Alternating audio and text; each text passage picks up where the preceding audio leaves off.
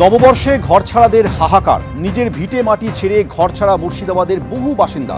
প্রাণে বাঁচতে মুর্শিদাবাদ ছেড়ে মালদায় গিয়ে পালিয়ে এসেছেন শয়ে শয়ে মানুষ।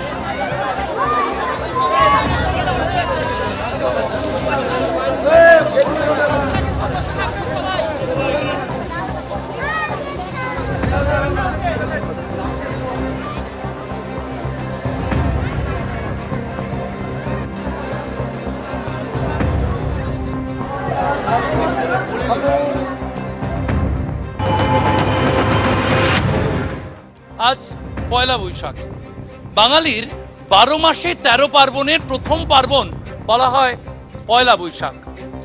সেই পয়লা বৈশাখ এভাবেই ত্রাণ শিবিরে বসে রয়েছেন গ্রামের পর গ্রামের বাসিন্দারা, কারণ শুক্রবার শনিবার তাদের গ্রামে তাণ্ডব চলেছে এবং সেই তাণ্ডবের পর কোনো মতে প্রাণ বাঁচিয়ে কেউ বা নৌকায় কেউ বা সাঁতার কেটে এপারে এসেছেন মালদাতে, এবং মালদায় পার্লালপুর হাই স্কুলের ত্রাণ শিবিরে এভাবেই তারা বসে রয়েছেন।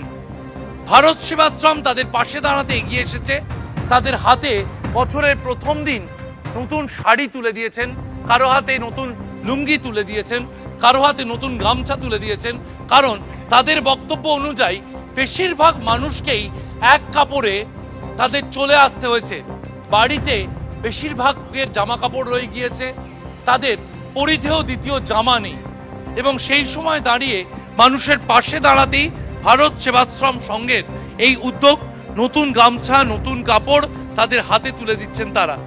এই যে আজকে আপনাদের যে উদ্যোগ, এটা কি বেশিরভাগ মানুষকেই তো এক কাপড়ে চলে আসে? হ্যাঁ, তার জন্যই আমরা আজ পয়লা বৈশাখ, এই যে উপহার আপনারা তুলে দিচ্ছেন, মানুষ কি মানুষ খুশি।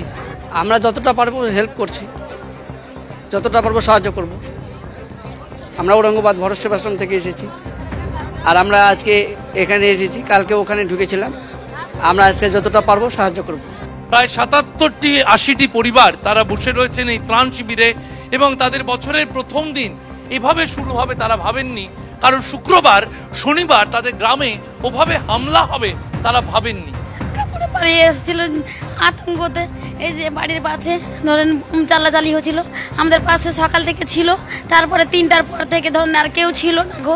তখন থেকে রাত 8টার সময় এই কাপড়েই আমরা পালিয়ে এসেছিল। এই যে কাপড়গুলো নতুন বছরে এখানে আমরা দিন খুব দুঃখই কাটাচ্ছি। ভালোই কেটেছিল।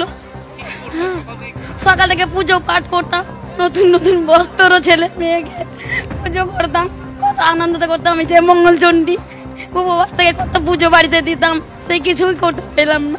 ভারত সেবাশ্রম সংঘ তাদের পাশে দাঁড়িয়েছেন, তাদের হাতে নতুন শাড়ি নতুন গামছা নতুন লুঙ্গি তুলে দিয়েছেন, এবং সেই ছবি আমরা দেখছি তারা ত্রাণ শিবিরে লাইন দিয়ে তা সংগ্রহ করছেন। ক্যামেরায় প্রীতম চক্রবর্তীর সঙ্গে করুণাময় সিংহ ও শিবাশিস মৌলিক, এবিপি আনন্দ, মালদা।